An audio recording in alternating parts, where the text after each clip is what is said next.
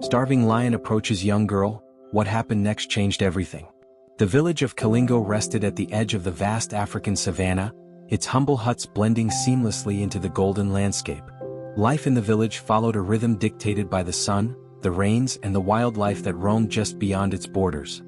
For young Amina, a spirited 10-year-old with wide brown eyes and a curious mind, the savanna was both a source of wonder and a world filled with unseen dangers. Her father, Kofi, had always warned her about venturing too far from the village. The savanna is not just a place of beauty, Amina, he would say. It is also a place of survival, and every creature has its role to play. But Amina's adventurous spirit often got the better of her.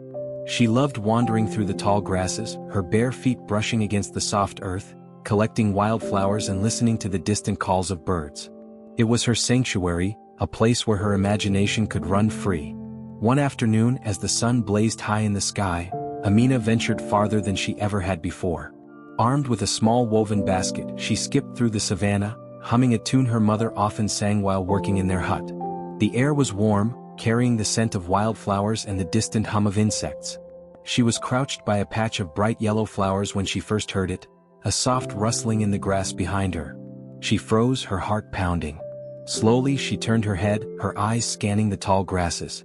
At first she saw nothing, but then, emerging from the shadows, she saw it. A lion. The animal was thin, its golden coat dulled by dust and its ribs visible beneath its skin. Its eyes, a piercing amber, locked onto hers, and Amina felt a wave of fear so intense it rooted her to the spot. The lion took a step forward, its movements slow and deliberate, its gaze never leaving her. Amina clutched her basket tightly, her mind racing. She knew she should run, but her legs felt like they had turned to stone. The lion's ears flicked, and it let out a low, rumbling growl, not one of aggression but of something else entirely. Hunger. The stories her father had told her flooded her mind. Lions were predators, hunters who ruled the savanna. But this lion looked different. It looked desperate. The lion took another step forward, and Amina's grip on her basket tightened. Her voice came out in a trembling whisper. "Stay back," she said, though she knew the words were meaningless. But the lion did not pounce. Instead, it stopped a few feet away, its head lowering as it let out another low growl. Amina realized then that it was not growling at her, but toward the ground. She followed its gaze and saw a small bundle of rags lying in the grass, barely visible beneath the tall stalks. Her fear gave way to confusion. What was it doing? Why was it focused on that spot? Summoning every ounce of courage she had, Amina took a cautious step forward. The lion tensed, its eyes darting back to her, but it did not move. Slowly, carefully, Amina crouched down and reached out to push the rags aside. What she saw made her gasp. Beneath the rags was a cub, smaller than any lion she had ever seen, its body frail and trembling. Its eyes were closed and its breathing was shallow. Amina's heart clenched at the sight. The lion, she realized, was a mother. Her fear began to melt away, replaced by a profound sense of empathy. This was not a predator hunting her. This was a mother fighting to save her child. The lion let out a soft whine, a sound so filled with pain and desperation that it brought tears to Amina's eyes. She looked up at the mother lion, her voice trembling. "You're trying to help your baby," she said softly. "You're not here to hurt me." The lion's gaze softened, and for a moment, they simply looked at each other. Two beings from different worlds, connected by the shared language of love and loss. Amina knew she had to do something. The cub was too weak to survive on its own, and the mother lion was clearly starving. But how could she help them? She was just a child and her village was far away. She stood slowly, her movements careful and deliberate. "Wait here," she said to the lion, though she wasn't sure it understood. "I'll be back." The lion watched her as she turned and began to walk away, her heart pounding in her chest. She glanced back once and the lion was still there, its body hunched protectively over the cub. Amina quickened her pace, her mind racing as she ran through the savanna, her basket swinging at her side. When she reached the village, she burst into her family's hut, breathless and wide-eyed. Her parents looked up in alarm. "Amina, what's wrong?" her mother asked, rushing to her side. "There's a lion," Amina said, her words tumbling out in a rush. "A mother lion and her baby, it's sick and she's starving. We have to help them." Kofi frowned, his face darkening. "Amina, you know how dangerous lions are. You shouldn't have gone so far from the village." "But Baba," Amina pleaded, her voice desperate. "She's not dangerous. She's a mother. She's trying to save her baby." Her father shook his head. It's not our place to intervene. Lions are part of the savannah's cycle. We cannot disrupt it. Amina's mother placed a hand on Kofi's arm. Perhaps we should listen to her, she said gently. If this lion is truly in need, perhaps we can find a way to help without putting ourselves in danger. Kofi hesitated, his eyes searching his daughter's face. Finally he sighed. Show me, he said. Amina's heart leapt with relief. She led her parents back through the savannah, her feet moving swiftly despite the weight of her fear and hope. When they reached the spot where the lion and her cub had been, Amina held her breath, praying they were still there. They were. The mother lion lifted her head as they approached, her amber eyes wary but not hostile. The cub lay motionless at her feet, its breathing faint but steady. Kofi stopped a safe distance away, his expression a mixture of awe and caution. Amina, he said quietly, stay behind me. But Amina stepped forward, her gaze fixed on the lion. She won't hurt us, she said. She just wants to help her baby. Kofi watched in stunned silence as his daughter knelt before the lion, her small hands reaching out to touch the cub. The lion did not growl or bare its teeth, it simply watched, its body tense with desperation. We have to do something, Amina said, looking up at her father. Please, Baba. Kofi's jaw tightened, but then he nodded. We'll try. Kofi stood frozen for a moment, staring at the frail cub and the mother lion. The desperation in the lioness's eyes was unmistakable, a raw plea that cut through his instinctual fear. He turned to Amina, who knelt beside the cub with unwavering determination, her small hands hovering protectively over the fragile creature. We'll need to act carefully, Kofi said, his voice low and firm. The lioness is trusting us now, but one wrong move could change everything. Amina nodded, her heart pounding as she watched her father take slow, deliberate steps toward the cub. Her mother followed cautiously, carrying a gourd filled with water and a cloth. The lioness growled softly, a low rumble that seemed more a warning than a threat. Kofi raised his hands in a calming gesture. We're here to help, he said softly. His voice was steady, soothing, as though he were speaking to one of their own goats back in the village. The lioness's ears twitched and her growl subsided. She stayed perfectly still, her amber eyes tracking every movement as Kofi knelt by the cub. He gestured for Amina's mother to hand him the gourd. Pouring a small amount of water onto the cloth, he dabbed it gently against the cub's dry, cracked nose. Amina watched in silence, her chest tight with hope. The cub stirred slightly, its tiny body quivering as it tried to lift its head. The lioness whined, her gaze flickering between the cub and Kofi. It's dehydrated, Kofi said, his voice grim. Badly. It needs more than just water. Amina's mother reached into the satchel she had brought and pulled out a small bundle of meat left over from their meals. She unwrapped it carefully, her hands trembling as she offered it to Kofi. He took it and placed a piece near the cub's mouth, his movements slow and deliberate. The cub sniffed weakly, its tiny nose twitching. It opened its mouth slightly, its small teeth barely grazing the meat before its head fell back. The lioness let out a heart-wrenching whine, her body trembling with worry. Amina felt tears sting her eyes. It's too weak, she whispered. What can we do? Kofi sat back on his heels, his expression somber. We need to get it stronger, but we can't do it here. It needs warmth, more water, and proper food. You want to bring a lion into the village? Amina's mother asked, her voice laced with disbelief. Kofi hesitated, glancing at the lioness. We don't have a choice. If we leave it here, it won't survive. But what about her? Amina asked, nodding toward the mother lion. She'll never let us take her cub. The lioness's gaze was locked on Kofi, her body coiled with tension. Amina could see the conflict in her eyes, the instinct to protect her cub warring with her need for help. Kofi knelt again, this time holding his hands out in a gesture of peace. We will bring your cub back, he said softly, though he knew the lioness couldn't understand his words. We'll save it. But you have to trust us. The lioness didn't move, her body a statue of vigilance. Amina's mother whispered, what if she doesn't let us leave? Kofi reached into the satchel and pulled out another piece of meat, placing it on the ground near the lioness. She sniffed it cautiously, her eyes flickering to Kofi before she leaned forward and took it into her mouth.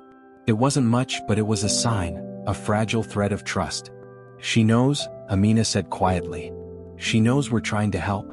With the lioness watching intently, Kofi gently lifted the cub into his arms. It was lighter than he had expected, its frailty a stark reminder of how little time it had left. The lioness growled softly, but she didn't move to stop him. Instead, she stood and followed as they began the long walk back to the village. By the time they reached the outskirts of Kalingo, the sun was sinking low, painting the savanna in hues of orange and gold. The lioness kept her distance, her movements cautious but purposeful. The villagers who had gathered to watch gasped and murmured in alarm as the lioness appeared behind Kofi and Amina. "A lion! Get inside!" someone shouted, but Kofi raised a hand, silencing them. "She's not here to harm us," he said firmly. "She's here because she has no other choice." The villagers exchanged uneasy glances but stayed back, their fear palpable. Amina followed her father into their hut, her mother close behind. The lioness stopped just outside the doorway, her massive frame silhouetted against the fading light. Inside, they laid the cub on a soft blanket near the fire.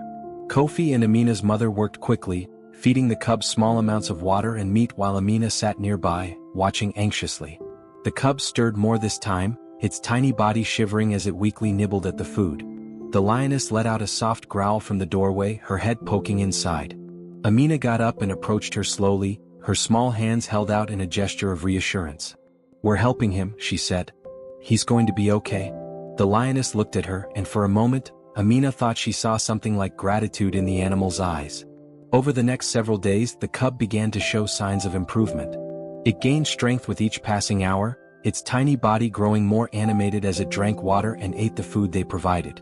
The lioness stayed close to the hut, often lying just outside the doorway and watching intently as they cared for her cub. The villagers remained wary, but as they watched the lioness's behavior, their fear began to ebb. She didn't act like a predator stalking prey, she acted like a mother watching over her child. One morning, as Amina sat beside the cub, she noticed the lioness peering inside. Amina smiled and reached out her hand, holding a piece of meat toward the doorway. The lioness hesitated, then stepped forward, her movements slow and deliberate. She took the meat from Amina's hand, her eyes never leaving the girl's. "You're brave," Amina said softly. "And so is your baby." The bond between the two grew stronger each day, built on a foundation of trust and shared love for the cub. Kofi watched in awe as his daughter and the lioness seemed to form an unspoken understanding, their connection transcending the boundaries between their worlds. But as the cub grew stronger, Kofi knew that the time would come when they would have to let them go. The cub's recovery was nothing short of miraculous. Day by day, its strength returned and its small, frail body began to fill out. Its fur grew glossier, and its movements more energetic. By the end of the week, it was playfully pawing at Amina's hands, its tiny growls sounding more like purrs. The sight brought smiles to the villagers who peeked into the hut, their earlier fear giving way to awe and curiosity. The lioness, ever watchful, stayed close to the hut. Each evening, she would lie outside the doorway, her golden eyes glowing in the firelight as she kept vigil over her cub.